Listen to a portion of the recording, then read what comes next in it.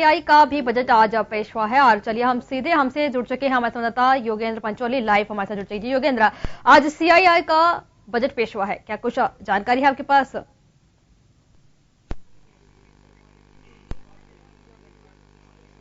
देखिए, मोदी सरकार 2 का जो बजट है, पहला बजट है, आ चुका है। फाइनेंस मिनिस्टर जो निर्मला सीतारमण है, उन्होंने बखूबी अपना बजट रखा है और अलग अलग सेक्टर के लोग हैं जो यहाँ पर सीआईआई का जो बजट एनालिसिस सत्र चल रहा है, मैं यहाँ मौजूद हूँ।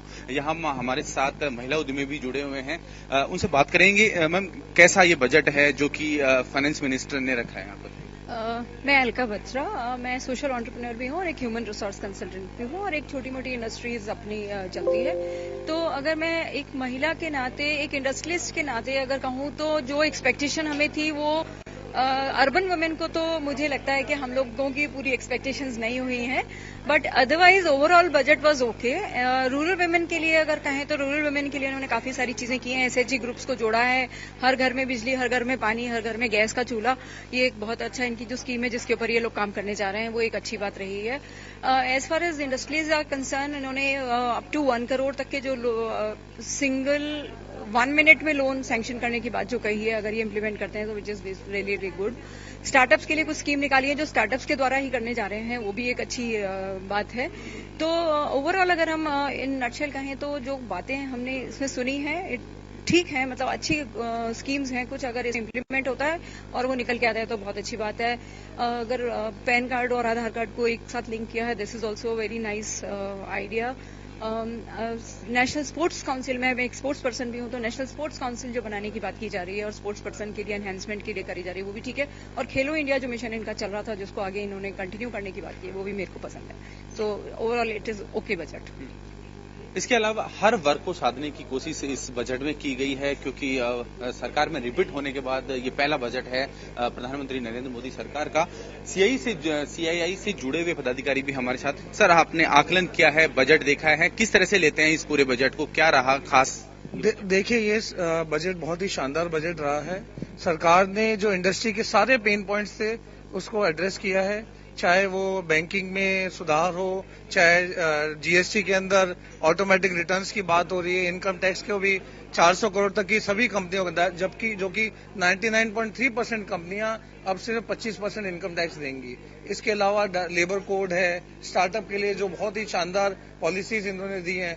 All these are very very good encouraging signs, जो कि पिछले एक दो सालों में जो इकोनॉमी के अंदर स्लो डाउन आया था, हमें उम्मीद है कि इन सब कदम के बाद या इस बजट के बाद में इंडस्ट्री के अंदर और इकोनॉमी के अंदर ग्रोथ आएगी।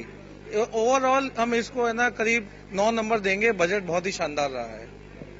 इस बजट में हर वर्ग को साधने की कोशिश की गई है, खासकर जो छोटे उद्यमी हैं उन्हें उभारने की कोशिश की गई है। जो ब्याज है उसमें और टैक्स में कुछ रिलैक्सेशन दी गई है।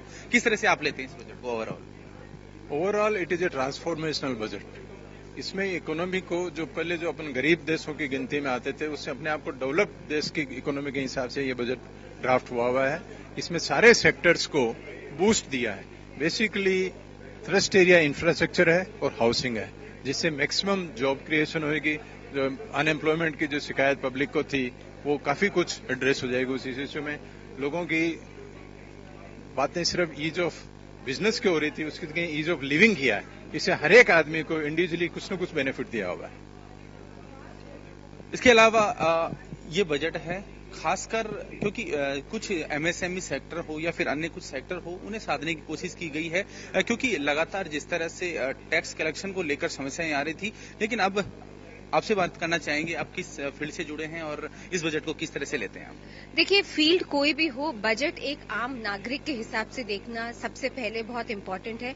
एक कॉमन मैन हूं और एक कॉमन नागरिक के कारण की खातिर बताऊंगी कि मुझे ये बजट बहुत ओके किस्म का लगा। एक नॉर्मल बजट, जो एक्सपेक्टेशन मोदी सरकार से दूसरी बार थी उनके पहले टर्म में, वो बहुत ज्यादा थी, मुझे ऐसा लगता है हम सबके मन में।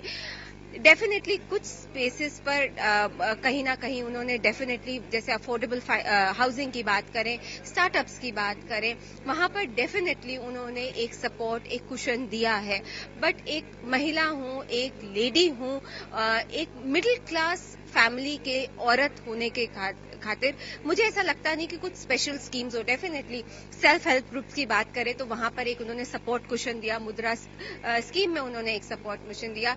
बहुत सारी स्कीम्स और योजनाएं तो बनी हैं, बट किस तरीके से उनका इम्प्लीमेंटेशन होगा वो देखना अब बहुत ज्यादा जरूरी है। तो वाकई में ये जो बजट है उसको लेकर यहाँ पर जो सीआईआई से जुड़े जो पदाधिकारी हैं और अलग अलग सेक्टर से जुड़े लोग जो यहाँ पर इस सेशन में भाग लेने के लिए आए हैं, क्योंकि बजट से जुड़ा ये सेशन था, इसमें खासकर हर वर्ग को, हर उस सेक्टर को साधने की कोशिश की गई है।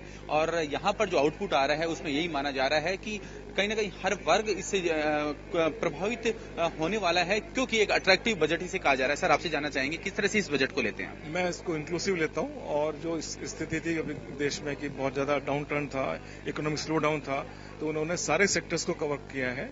आप देखिए फार्मर्स को, महिलाओं को, एमएसएमई को, बड़े कॉर्पोरेट सेक्टर को, इंफ्रास्ट्रक्चर स्पेंडिंग में, तो सबको कवर करने के लिए इंक्लूसिव बजट में मानूंगा। और एमएसएमई जो सबसे बड़ा हमारा समस्या थी, एमएसएमई के लिए उन्होंने बहुत सारी स्कीमें लगाई हैं। क्लस्टर की बात करिए, 75,000 एग्रो एंटरप्रेन्योर क्रिएट कर रहे हैं, जो फार्मर्स के लिए जो आज सबसे बड़ी प्रॉब्लम है कि फार्मर्स को आपको बार बार सब्सिडी देनी पड़ती है। यदि 75,000 एग्रो एंटरप्रेन्योर क्रिएट हो जाते हैं तो वैल्यू एडिशन में बहुत बड़ा इम्पेटस आता है। मेक इन इंडिया करने के लिए आप देखिए फिनिश प्रोडक्ट्स पे ड्यूटी बढ़ाई है और रॉ मटेरियल पे ड्यूटी कम की है, इससे भी बहुत ज्यादा फर्क पड़ेगा। इसके अलावा एफडीआई में जहां जहां जरूरत थी वहां उन्होंने 100% एफडीआई अलाउ करी है। तो ओवरऑल मेरे ख्याल से काफी स्टडी करने के बाद ये बजट निकाला है। मैं एज ए ओवरऑल इसको 10 में से 9 नंबर दूंगा। और जैसे सबसे बड़ी बात ट्रेडर्स को पेंशन की बात करी है, इनकम टैक्स पेयर्स के लिए उन्होंने रेस्पेक्ट की बात करी है। एक ओवरऑल एक सेंटीमेंट, पॉजिटिव सेंटीमेंट इसमें आ रहा है trade industry. Sir, power sector को लेकर भी फोकस खास इस बजट में किया गया है, क्योंकि भविष्य में जो पावर सेक्टर है उसमें कई आयाम देश स्थापित करने वाला है। किस तरह से आप इस बजट को? मैं ओवरऑल इस बजट को बहुत ही अच्छा बजट मानूंगा। जैसे सरकार को मैंडेट मिला है, उस मैंडेट के हिसाब से जैसा एक्सपेक्टेड बजट था वैसा बजट सरकार ने दिया है। As far as power sector की स्पेसिफिक मैं बात करूं, सरकार ने ये बोला है कि 2022 तक ये सब घरों में बिजली पहुंचाएंगे। प्लस इन्होंने सोलर सेक्टर को बहुत अच्छा बूस्ट दिया है। इन्होंने इंपोर्ट ड्यूटीज कम की हैं पैनल्स पे, अफोर्डेबिलिटी सोलर सबके लिए बढ़ाई है, इलेक्ट्रिक व्हीकल्स के ऊपर इन्होंने सब्सटैंशियल ड्यूटियां कम करी हैं। तो उसको लेके पावर सेक्टर पे काफी फोकस है। बट अदरवाइज मैं ये बोलूंगा ये बजट पूरा का पूरा कंट्रीब्यूट करता है एमएसएमई को। आज एमएसएमई सेक्टर के लिए जो इन्होंने, आज एमएसएमई जो जूझ रहा है अपने पैसे जो उनके अटके हुए हैं सरकार में, तो इन्होंने प्लेटफॉर्म जो लॉन्च किया है जिसके तहत कि उनके जितने पैसे अटके हुए हैं वो पैसों का डिस्प्यूट मैकेनिज्म निकले, उनको पेमेंट जल्दी मिले। 1 करोड़ तक का लोन एमएसएमई को 59 मिनट्स में देने का इन्होंने बोला है। एमएसएमई के लिए 400 करोड़ तक की कंपनी के लिए इनकम टैक्स इन्होंने 25% किया है। तो बहुत ही बैलेंस्ड और बहुत ही शानदार बजट में इसको बोलूंगा। सर, आपसे भी जानना चाहेंगे, छोटे उद्यमी और खासकर लघु उद्यमी हैं, उन्हें साधने का प्रयास किया गया इस बजट में। आप किस फील्ड से जुड़े हैं और इस बजट को किस तरह से लेते हैं? मैं चार्टर्ड अकाउंटेंट हूँ। देखिए, इस बार जो बजट है एमएसएमई को समर्पित, और स्पेशली ये बजट वुमेन एंटरप्रेन्योर के लिए है। महिलाओं के लिए इन्होंने एक स्पेशल प्रोविजन किया है कि सेल्फ हेल्प ग्रुप के अंदर जो महिलाएं रजिस्टर्ड है उनको बैंक से 5,000 रुपए तक की विड्रॉल की परमिशन दी है। सेकेंड, उनको 1 लाख तक के लोन की भी परमिशन दी है। तो ये बजट पूरा एमएसएमई को समर्पित है और इसमें लेडीज एंटरप्रेन्योर के लिए काफी सारी फैसिलिटी दी है। ये पूरा बजट आपने देखा है, किस तरह से आप लेते हैं, आप किस सेक्टर से जुड़े हैं और खासकर इस बजट में मेन किस चीज पे फोकस किया गया? ये जो बजट है मेरे हिसाब से एक डेवलपमेंट बजट है। मतलब जो इस सरकार की पिछले टर्म में पॉलिसीज थी उनको और अच्छे से कैसे बढ़ाया जाए इस साल, और कुछ थोड़े एरियाज को और कैसे इंक्लूड किया जाए, तो ये वैसा बजट है जिसमें उन्होंने पिछले टर्म की पॉलिसीज को आगे बढ़ाया है, उसको और ग्रो करने के स्कीम्स निकाले हैं, और कुछ सेक्टर्स में जिनको लगता है जिससे कि हमारा नेशन डेवलप्ड की तरह, इकोनॉमी की तरह बढ़े, उसमें स्कीम्स को इन्वॉल्व किया है। इस बजट में फोकस है रिसर्च एंड इनोवेशन, फोकस है इंफ्रास्ट्रक्चर, मेजर फोकस है infrastructure development, ease of doing business through increasing the freight and railway mechanism, shipping port, वो बहुत बढ़िया है। और इसके बाद रिसर्च एंड इनोवेशन में 2 अच्छे प्रोविजंस हैं। एक तो ये कि हायर एजुकेशन और एजुकेशन इंस्टीट्यूट्स जो हैं हमारी कंट्री में, उनको कैसे बढ़ाया जाए, कैसे अच्छा किया जाए ताकि और वर्ल्ड रैंकिंग में आए। और तीसरा ये फोकस है कि भाई स्टार्टअप इकोसिस्टम को, मेक इन इंडिया को कैसे और डेवलप किया जाए। तो आई थिंक ओवरऑल ये हमारी कंट्री के लिए एक डेवलपमेंट बजट है, इसको कैसे आगे किया जाए। विमेन एम्पावरमेंट के लिए कुछ खास इस बजट में?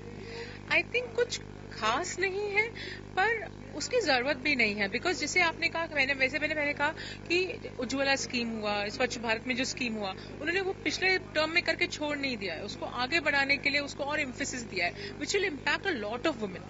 फिर उन्होंने एक बनाया clustering scheme for rural handicraft industry, वो भी एक डायरेक्टली मैकेनिज्म है जो कि वुमेन एंटरप्रेन्योरशिप को at the rural level increase करेगा। और फिर स्टार्टअप्स को, चाहे वे वुमेन हो चाहे मैन हो, एक इकोसिस्टम बनाने को दिया है। और हमने देखा है कि आजकल स्टार्टअप्स वुमेन ज्यादा हैं उसमें, तो आई थिंक इनडायरेक्टली ये सारी चीजें वुमेन एंटरप्रेन्योरशिप को, वुमेन एम्पावरमेंट को इम्पैक्ट करेंगे। ओवरऑल कितने मार्क्स देंगे आप इस budget? Out of 10? 7। Average budget है आपकी नजर? एवरेज बजट है, बिकॉज देखिए हर बार एक डायनामिक बजट की जरूरत नहीं है, कई बार डेवलपमेंट बजट की जरूरत होती है, ये वो है। This is very good and I think this is what is needed right now. धन्यवाद मैम। आपसे सर जानना चाहेंगे किस तरह से लेते हैं आप इस बजट को, और क्या कुछ खास रहा, किस सेक्टर को खास प्रभावित करने वाला है बजट? ये बजट ओवरऑल जो गवर्नमेंट का विजन है 2024 तक इसको 5 ट्रिलियन की इकोनॉमी बनाने का, उसके हिसाब से जो इन्होंने रोड मैप दिया है, रोड मैप के हिसाब से इन्होंने एवरी सेक्टर को उसमें कवर किया है। मैं जैसे एमएसएमई सेक्टर से हूं, एमएसएमई सेक्टर के लिए इन्होंने काफी अच्छा किया है। एक तो 2% इंटरेस्ट में रिबेट दिया है, और सेकेंडली इन्होंने उसके अंदर में मेन जो चीज है, अगर वो इम्प्लीमेंट होता है, पेमेंट आपको एक्सचेंज के थ्रू इमीडिएट हो जाएंगे।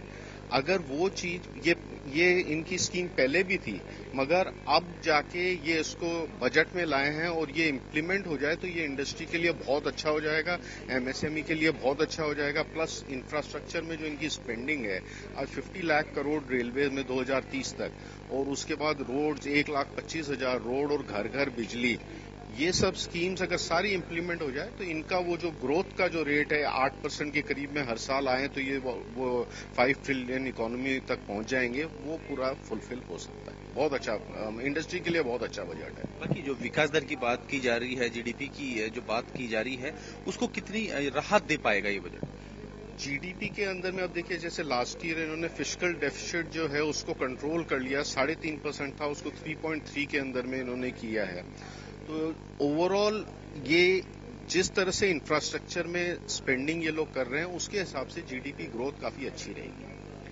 कॉमन व्यक्ति जो एक कॉमन मैन होता है, वो ये देखता है कि बजट कितनी राहत देने वाला है, क्या महंगाई को बढ़ावा देने वाला है, या फिर नहीं, महंगाई को कोई बढ़ावा नहीं देगा। इन्होंने क्या किया, इन्होंने पैसा लेने के लिए बड़ा एकदम सिंपल सा 1 रुपया पेट्रोल में बढ़ा दिया, जिसमें इनके बहुत अच्छे पैसे आ जाएंगे, और 1 रुपया से इतना ज्यादा बड़ा इम्पैक्ट नहीं आएगा ओवरऑल। सेकंड, इन्होंने गोल्ड के अंदर में 2.5% वो बढ़ा दी, गोल्ड का भी बहुत अच्छा लंबा इंपोर्ट होता है, तो 2.5% उसमें बढ़ा दिया। तो गवर्नमेंट ने अपना पूरा होमवर्क किया हुआ है, उसमें अच्छा पैसा इनके पास आ जाएगा, और ये इन सेक्टर्स में और इंफ्रास्ट्रक्चर सेक्टर में जब खर्चा करेंगे तो ओवरऑल इनके नेचुरली इकोनॉमी काफी अच्छी जाएगी। आप अपने सेक्टर के तौर पर इस बजट को, जो कि निर्मला सीतारमण ने एक फाइनेंस मिनिस्टर के तौर पे रखा है, पहली बार इसको देखा जा रहा है कि उस समय पूर्व जो पीएम थे इंदिरा गांधी, उन्होंने रखा था, उसके बाद केवल वो पहले हैं, तो एक महिला को भी ध्यान में रखा गया है इस बजट में? हाँ, महिलाओं के लिए भी इन्होंने कुछ वो 1 लाख रुपया का वो भी दिया है इन्होंने, और जनरल बाकी बहुत ज्यादा मेरे ख्याल से उनके लिए उन्होंने नहीं किया है इसके अंदर में, बाकी जनरल में काफी अच्छा किया। धन्यवाद हमारे साथ जुड़ने के लिए। सर, आपसे जानना चाहेंगे, ओवरऑल आपने बजट देखा, और कुछ लोग बता रहे हैं कि बड़ा ही अट्रैक्टिव है, हर फील्ड को साधने का प्रयास इस बजट में किया गया है। किस फील्ड से आप जुड़े हैं और किस तरह से लेते हैं बजट? मैं इंफ्रास्ट्रक्चर सेक्टर से आता हूं, और इंफ्रास्ट्रक्चर के लिए ऑफ कोर्स ये बहुत ही अच्छा बजट रहा है। करीब 1.25 लाख करोड़ अलोकेट किए गए हैं वेरियस इंफ्रास्ट्रक्चर प्रोजेक्ट्स के लिए, जिसके अंदर जल मार्ग, रेल मार्ग और सड़क मार्ग के सुधार और उनके विस्तारीकरण का कार्य किया जाएगा।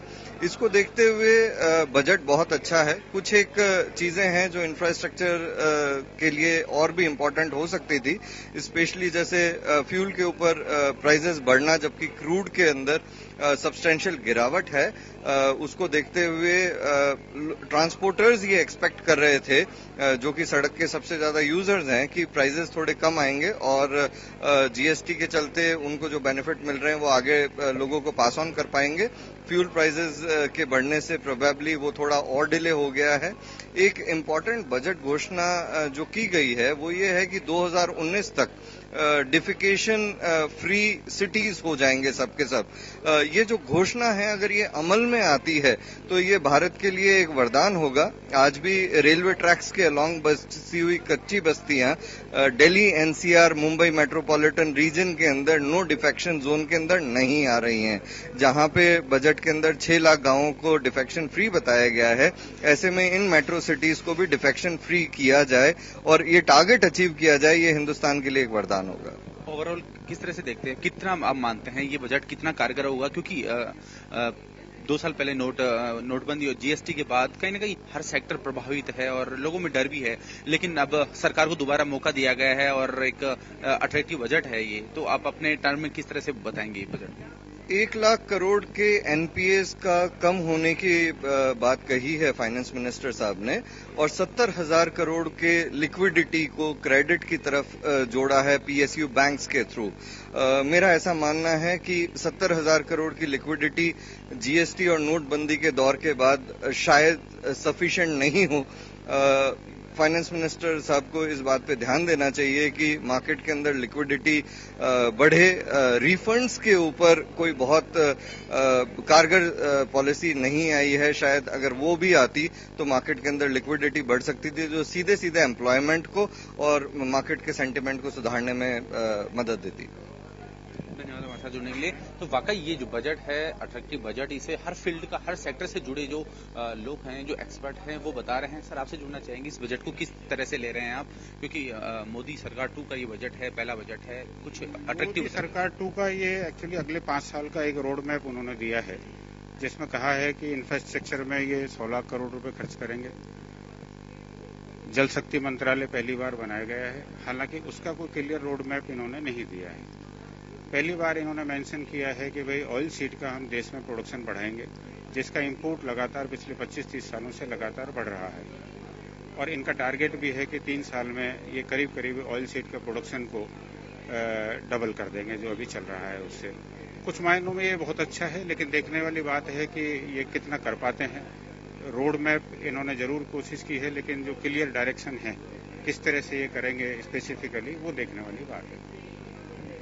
तो वाकई ये जो बजट है, उस पूरे बजट को लेकर यहाँ पर आत्ममंथन भी किया जा रहा है, लेकिन पूरा अगर बात करें तो यहाँ पर जो लोग हैं, बस केवल यहाँ चर्चा यही हो रही है कि इस बजट को किस तरह से, मैं एक बार कैमरामैन से भी कहूंगा कि एक बार आपको यहाँ का,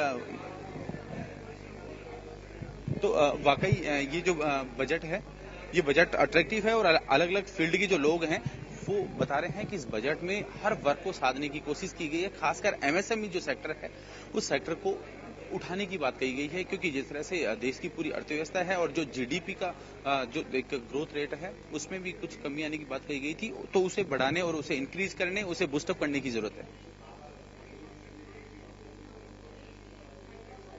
हर वर्ग के लोगों को साधने की इसमें पूरी कोशिश की गई, महिलाओं की बात हो या फिर युवा वर्ग हो या फिर बिजनेस की बात हो।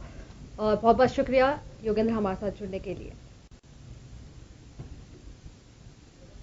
और आपको बता दें कि अब जयपुर में भी सीआई का बजट सेशन रखा गया है। आपको बता दें कि महिलाओं को लेकर इस बजट में खास ध्यान रखा गया है, क्योंकि नई सौगात दी गई है महिलाओं को। महिला के बिना देश का विकास नहीं है। संसद में भी आपको रिकॉर्ड बता दें, कहते तरफ महिलाएं सांसद बनी है तो देश में नारी तो नारायणी की परंपरा भी रही है। तो महिला सशक्तिकरण के लिए एक नई कमेटी बनाई जाएगी और 5,000 रुपए के ओवरड्राफ्ट की सुविधा महिला को दी जाएगी।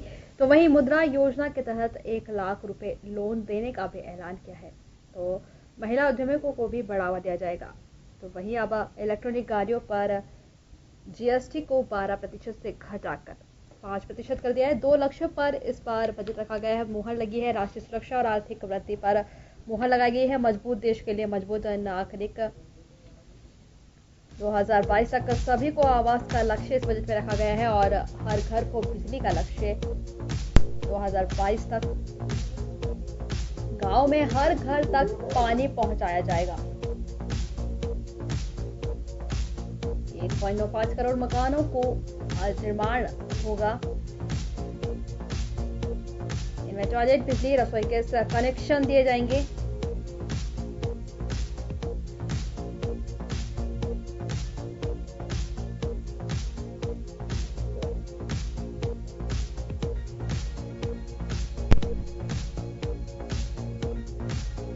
पीएम ग्रामीण सड़क योजना के तहत 1.25 लाख किलोमीटर सड़क का निर्माण, तो इस बार 80,250 करोड़ रुपए होंगे खर्च। गांवों में बाजार से जोड़ने वाली सड़कें होंगी अपग्रेड।